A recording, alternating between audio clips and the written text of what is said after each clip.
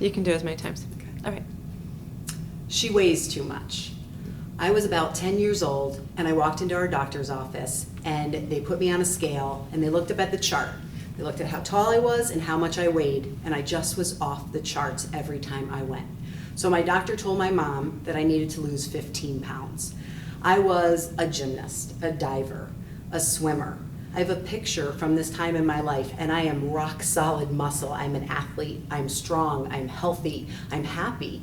I have no idea that my body is awful, is not okay, until I was told that it was not.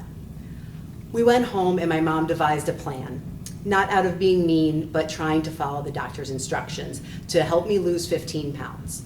I was on an 800 calorie diet, and even after 2 hours of gymnastics practice, I would go downstairs and do a Jane Fonda workout video just to burn some extra calories.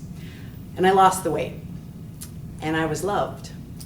I was given clothing, I was praised, I was told how good I was, that I had lost this weight. But I was also starving. I would wake up in the middle of the night and go downstairs and eat ice cream because I was so hungry. I wasn't eating enough calories for my body and for my activity level. I started gaining weight back, and every weigh-in was, you gained back 5 pounds.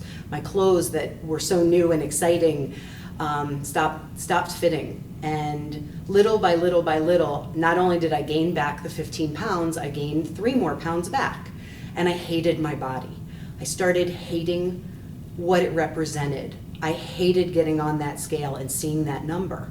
So I started dieting again, getting back to that 800 calorie diet, weighing every morsel of food, and doing all of those exercise videos on top of the gymnastics or the swimming or the diving that I was already doing. This started a 30-year journey of yo-yo dieting. I have been times in my life where I weighed 140 pounds, which is very, very thin for me. I've been 250 pounds. And throughout this time in my life, up to about a little over a year ago, I really didn't like myself. I didn't feel that my body was okay. I didn't feel that my body was working the way it was supposed to because I just weighed too much. Every time I got on the scale, it told me that I wasn't okay. This $25 plastic thing on the floor had more power over me than all the wonderful things that I had going on in my life. I remember on my honeymoon, that was when I weighed 140 pounds, I actually brought my scale to the hotel the night before my wedding so that I could weigh myself the day of my wedding. And I was 139.5 pounds. People thought I was anorexic. I didn't, for probably a year up to that, I didn't eat any sugar. I worked out for 2 hours a day. I dropped as much weight as humanly possible for me to be considered beautiful. And I felt beautiful. But on my honeymoon, I was in a bikini, which I looked fantastic in, but one of the biggest memories from my week-long vacation celebrating my marriage was how fat I felt. I fast forward to a year ago when I was 250 pounds, and somehow over those 30 years, I had gained enough body understanding to feel more comfortable in my skin at 115 pounds heavier than I had that back then. But I also wasn't healthy. Another thing I remember in high school was my locker combination was 61-35 because I weighed 161 pounds, which I would love to weigh now, and I wanted to be 135 pounds. That's how much my thought process every day was about my weight. And if I got on the scale one day and I'd lost 2 pounds, even if I hadn't done anything to really deserve it, just was my water weight going up and down, I felt awesome. I had a great day. And if I got on the scale one day and I'd been eating good and exercising and expecting it to go down another pound when I was in a weight loss program, and I got on and it was 2 pounds higher, it would almost destroy it. About 5 years ago, I was going through some changes in my life and trying to reevaluate where I was, how was I feeling about myself, and one of the things I was trying to conquer was my body image and how I felt about myself. Quite frankly, I felt disgusting. I had gained about 10 pounds per year for 80 years, wow, I'd be really heavy, for 8 years. And I didn't fit in anything. I kind of stopped caring. And I think I got to a place where I wasn't perfect. I was never going to be perfect. So kind of what was the point of working hard to maintain a not perfect shape? And I woke up one day and I was really trying to listen to how I spoke to myself. And from the time I woke up to the time I left my house, which was 25 minutes, I had said 25 negative things to myself. And it really woke me up to the power of our mind and how what we tell ourselves about our bodies or who we are is the truth that we will live forever unless we change it. I worked with a business coach who happened to be more of a personal coach. I think my first meeting with him, I walked out and I looked at his assistant and said, "Am I supposed to cry when I go in for my first business meeting?" She's like, "Oh yeah, he likes to do that." But you realize how you feel about yourself also permeates into all other portions of your life. I missed out on beautiful friendships with people because I deemed them not perfect as well when I was in high school. I really kind of became my own personal bully, I feel. I wanted to be popular, and I wasn't. I didn't fit in with that popular crowd. And so I just kept trying to kind of squeeze myself in and be around them, and I always felt like an outsider. I never felt like I was accepted in that group. But on the flip side, I did what I believe they did to me to a whole other group of people that would have been amazing, probably lifelong friends, because I didn't feel that they were popular enough or beautiful enough or thin enough. And shame on me. And it was a lesson that I've learned to not judge someone by how they look, to judge someone by what they have in their heart, which is really the most important thing. About a little over a year ago, I weighed 250 pounds. I couldn't run up the stairs to go get something without being horribly winded. I finally put myself on blood pressure medicine that my doctor had been telling me multiple times you need to be on. And my last doctor's appointment with her, she said, "I don't want to be coming to the hospital to visit you because you've had a stroke." And that was enough for me to go on medicine that I knew I was on because I wasn't taking care of myself. And I did some soul searching, I did some praying, and one night I just decided I needed to change. If not now, when? And I woke up the next morning, I went and got a Fitbit, I got a Ninja and made smoothies every morning because I hadn't been eating breakfast and starting to fuel my body. I cut back on a lot of the sugar that I had been eating, which was kind of medicine for me when I was lonely or sad or happy, kind of anything, just celebrate, have some cake. I hired a trainer and started doing some strength training. I got out and just said yes to walking. I'm not a runner, I'm not gonna go do marathons, but I can walk. And I made that a part of my almost daily existence. I drank tons of water, which I had not been drinking before, and this really helps to fuel your metabolism. I stopped drinking wine, which I've been doing a little bit too much of. It had become a little too comfortable to come home after work, open up a bottle of wine, sit on the couch, not exercising, drinking extra calories, and then after 3 glasses of wine, it seemed like a really good idea to make myself a grilled cheese, and then go to bed. So I was not treating my body well. I didn't feel good, I didn't feel healthy, I didn't have energy, and it was a real low point for me. And I knew that if I didn't change now, if I didn't make the changes I needed to make for me, that I was not living my best life, I was not living a healthy life for my children, I potentially was putting my life at risk. And I chose that I didn't want to do that anymore. In a little over a year, I've lost somewhere between 60 and 65 pounds.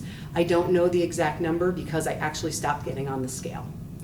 I'm not a fan of the scale, not a fan of BMI charts. They don't tell you so much. I was at my trainer, this was about a month ago, and I see her on Tuesdays and I see her on Fridays. And on Tuesday, I had lost weight. I got on the scale. I don't weigh myself at home because I would get a little obsessive with that, but I would get on the scale there and I had lost weight. I was feeling great. Again, kind of judging myself by what this number on a scale said. 3 days later, and I had eaten well, I'd been exercising, I expected it to go down even a little bit more. I got on the scale and it was 4 pounds heavier. I was like, what the heck? Like, I didn't do anything to deserve this. And at that moment, and followed by the next day where I ate like 4,000 calories of sugar, because I was like, well, what's the point? If I did 3 days of perfectly, there's that word again, healthy eating, and I gained 4 pounds, then why am I doing this? Why am I not enjoying what I want to enjoy in some excessive amount? So I decided then, I went in on Tuesday the next time and I said, I'm not going to weigh myself anymore. I feel great. I feel healthy. I feel like I can run up the stairs and go get something without being winded. I can go on a walk with my kids. I am not taking a nap in the middle of the day because I'm tired, because I'm not eating well and drinking enough water and exercising. My stress level is low, and I don't want to continue a number on a scale making me either happy or miserable. I'm not going to give that much power to something else. I would challenge you also not to give too much power to someone else. My mom, even though she meant well, inadvertently made me feel love based off of how much I weighed and how skinny I was becoming. It was not intentional, but it surely was something that has stuck with me throughout my life. There have been times in my life, I remember in high school, a coach told me that my knees were fat. I remember that moment like it was yesterday. We were sitting on a bus coming home from a softball game, and I had pulled up my sweatpants. I have no idea why I did this, but I pulled up my sweatpants to do something. Maybe I had fallen or something, had a scrape. And he just looked down and he goes, wow, you have fat knees. The things people say to us are usually coming from something else on their end and really having not much to do with your end. Because why would someone say that to you? People don't naturally want to destroy other people. It's a lot of their own personal things coming out. However, there are things you probably say to someone on time, because we're all human and we make mistakes, or you maybe say behind someone's back that's a judgment on their weight or what they look like or what they're wearing. I know some of my really slim friends go through the opposite problem. I had a friend of mine who had just had a baby and 6 weeks later was in a string bikini looking amazing. And you could tell people were mad at her. And this was just her body style. This was just who her body is. So another challenge I would put out to you is accept the basic structure of your body. If you have dark curly hair, you have dark curly hair. If you have long, straight blonde hair, you have long, straight blonde hair. There are obviously things you can do to change those things, but if you have a slender body or a little bit heavier set body, there are some things that no matter what you do, how much you starve yourself, how much you work out, that you cannot change. And the sooner you can learn to accept where you actually fit in as far as who you are and some of those basic details that you can't change about yourself, then the better off you'll be in your levels of self-confidence and your levels of self-acceptance and how much you love yourself.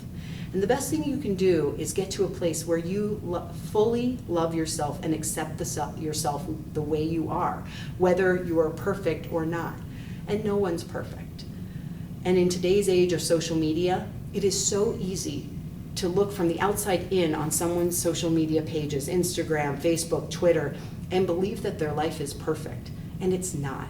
There's always things that are happening that you don't know about, that people don't share.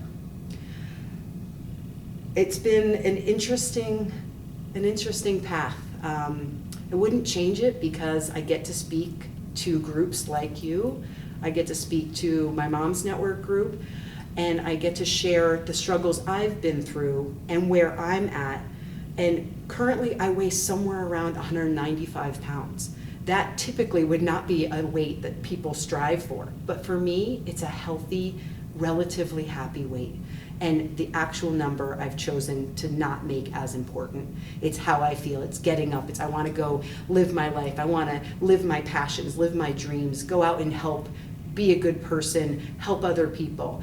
And if you're doing all of that, then you're really succeeding in life, not just a weight game and body game. I found a quote the other day that I thought was just tied in so beautifully to what I was going to speak about today. It says, your body is not your masterpiece, your life is. It is suggested to us 1,000,000 times a day that our bodies are projects. They aren't, our lives are. Our spirituality is, our relationships are, our work is. Stop spending all day obsessing, cursing, perfecting your body like it's all you've got to offer the world. Your body is not your art, it's your paintbrush. Whether your paintbrush is a tall paintbrush, or a thin paintbrush, or a stocky paintbrush, or a scratched up paintbrush is completely irrelevant. What is relevant is that you have a paintbrush, which can be used to transfer your insides onto the canvas of your life, where others can see it and be inspired and comforted by it. And this was written by Glennon Melton. And I read it and it spoke to me and kind of gave me the chills, and I thought, that's so true. We worry so much about what we look like instead of focusing on what's truly important and what we can give the world. Thank you.